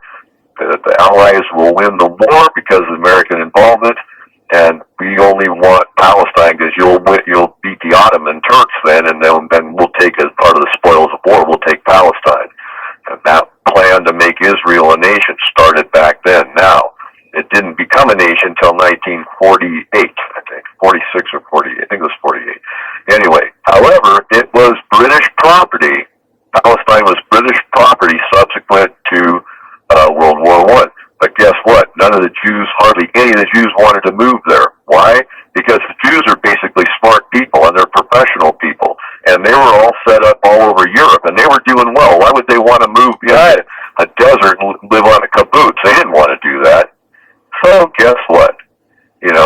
Hitler goes to war against the Jews, incarcerates thousands and thousands. They offed a lot of them, but the plan wasn't to exterminate the Jews. That only happened at the end of the war when they couldn't afford to feed them. All right, they could. These people it was what they thought was humane. Okay, believe me, they did a lot of terrible stuff in the camps. All right, they did medical experiments and that was terrible. But their plan was not to exterminate the Jews. That was like the last throw because they were starving to death in the camps. So they put that citron, whatever that cyanide gas was, and they started doing that. I don't know if it's true that 6 million people were murdered, but if 1,000 were murdered, that's too many in my book. Doesn't matter. I mean, There's Holocaust. One of my best friends, he was from Hungary. He died a few years ago from Viagra, believe it or not. But he was from Hungary. He was from a Jewish family. They converted to Catholicism, but his uncles didn't, and they died in Auschwitz. And he was like my best friend until he died. But so that whole thing was done basically so that after the war was over, and it was all planned for Germany to lose. The Nazis didn't lose. You know about Project Paperclip? If not, check it out. And the Nazis migrated. The head Nazis were all brought here, taken to Moscow, or went down to Argentina, and started a colony down there. So the Nazis didn't lose one, but George lost big time. Especially if you go and find out about the concentration camps that Eisenhower was in charge of after the war in Germany, how the Germans, there's people in the towns, but mostly the soldiers. Check that out. You want to hear some nasty stuff. But anyway, so now you've got a ready-made population in the camps, because all those Jews lost everything they had. They lost their property, their business, everything. You've got a ready-made population for Israel.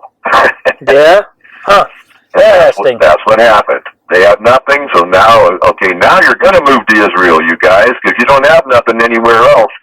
And so that's what happened. They moved to Israel, and they started the kibbutzes, and so now you have a ready-made population for Israel. And that was part of the plan. That's one of the reasons the whole World War II thing went down. Have you ever read the transcript of that letter from Albert Pike to Giuseppe Mazzini? Nope. 1870. Oh, you should check that out. What does it say? You should. Yeah, that. They don't have the original. It was in the British Museum. It's been lost since then or taken away. It was a letter from Albert Pike. I think he was the founder of the Scottish Rites branch of the Masonic Lodge. He's the only Confederate general that has a statue of him in Washington, D.C. Okay? High degree Mason. They don't. He's the one that wrote the book Morals and Dogma, which is like a Bible for the Masons. Read that letter from Albert Pike to Giuseppe Mazzini. There's transliterations of it on YouTube. You can find that. But tie things back into the Giants. Basically, the Masonic orders, when you get on the higher levels, they control the educational system, all the governmental systems, all the military systems of the world.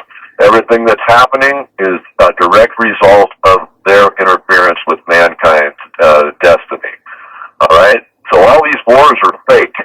The poor guys that are getting their guts and their brains blown out on the battlefield, that's all too real. But believe me, the wars are fake. All the royal families, the ones that are left, they're all related to each other. And they're all Masons. They're all high-degree Masons, and they have been for several hundred years. And, now the Catholic Church is throwing their hat in with them, and you see the Catholic Church's role with the Nazis getting out of Germany. The ones that got the passport. That's true. Yep, that's true. And it's ugly, but you always keep your perspective, Terry. It's like you look at the beautiful stuff. People are waking up. People are getting smart. I admire two things. I don't care if it's Satan himself. I admire two things: that bravery and intelligence. Say that again. You kind of broke up. Say that again. Okay. There's two things I will admire, even if bad people are exhibiting these qualities. There's a lot of things I admire, but two things I will admire no matter what. That's bravery and intelligence. If a person has a high intelligence and they're using it for a bad purpose, well, shame on them. But at least I say, wow, that sucker's smart, Right? And bravery, the same thing. It's like, oh, that's an evil SOB. Gosh, dang, he went in and did this and that. But, he's brave. That sucker's got to sit down there, It's like, that guy's brave. But the thing is, if you have goodness in your heart and compassion, and you're seeking for the truth, and the truth is like utmost importance to you, and you have bravery and intelligence, then you're like an angel in my book, and that's what we got to strive for. We got to strive for the truth, no matter how much the truth shakes up our previous conceptions, and it's going to, because Terry, we've been raised with a lot of BS. You would have thought we were in a mushroom farm or something. Yeah. BS we've had it, Whoever told us in grammar school about the Giants? We never heard about the Giants when we were growing up. Jack and the Beanstalk. Jack and the Beanstalk, that's what I learned. Yeah, that's about it. I didn't start finding out about these giant people until I was about 30, when I started doing my research, and then more and more information, and finding out that they murdered one in Afghanistan. That makes me sick to my stomach, because why didn't they try to make? Of course, they didn't try to make friends with them. All they care about is producing as much heroin in Afghanistan as they can, getting that pipeline put through there. Suppressing the Muslim fundamentalists that are totally against the heroin production there, because the Taliban's against that. They're not for that. They don't go with that stuff. They might be real strict about their women wearing, they got some pretty barbaric ideas as far as some things go and this and that. But one thing I'll say, they follow their faith and they stick by it. And they're not for, selling dope to the whole world. They're not into that stuff. So they're against, all the opium, the manufacturing, the heroin manufacturing going on there and all that. They're down on that. They don't want to see their country. Afghanistan belongs to the Afghans. Excuse the heck out of me, And our soldiers are over there protecting the heroin production plants, and then they murder this big giant who, if the Taliban wanted that guy dead, believe me, the Taliban would have took him out. Yeah. Believe me. Yeah. those guys are fearless. I can't help but admire them. I'm not Muslim, although I have a Quran handy, and I study it from now and again, and there's a lot I believe in and agree with in there. Nonetheless, I'm not Islam. I'm not, I guess the closest thing you would say is I guess I'm Christian, because I do believe in Jesus. And I believe in his teachings. And I believe that he existed historically. But no, that giant that got off, there's no excuse. That was a murder, you know. And it's too bad he killed a bunch of our boys. Our boys were following orders, and they went in there, and that whole squad got dusted, and a couple in the second squad got took out. But, you know, they were following orders. Well, guess what? Don't follow orders. Stand up and question everything. That's what I say, you know. I would not make it in the military. There's no way in hell I would be able to do that, because if somebody told me to do something that's against my conscience, you know, I can be brave as hell, Terry. I've saved a couple lives in this one, and I've faced some stuff I'll tell you about in private sometime, but I've been in some life or death situations where, you know, I wasn't afraid. I don't think I wasn't. But my willpower was stronger than my fear. And so, you know, I know that there's times you have to do what you totally believe you have to do in spite of your fears. But if you just take orders without question, you're an idiot. You're a friggin' robot. You're not a good soldier. You're a fool. I'm sorry, but I had to spit that out. Okay, and with that said, man, we're running on over 2 hours now, so let's break. So, but with all that, Marcos, many dogs, man, I appreciate you talking and sharing your research, your knowledge with you. And with that, that's a wrap. Thanks. All right, buddy. I'll be watching everything you got and talking to you from time to time, and see if you can talk Robert. Don't forget about Robert Shrewsbury, man. Okay. I'm expecting you to get. All right, buddy. All right, blessings and saints. Talk to Daryl. Tell him hi for me, too. I'll do that. Thanks, Marcos. All right, Terry. Thank you, brother. Have a good one. You too. Bye. All right, blessings to you.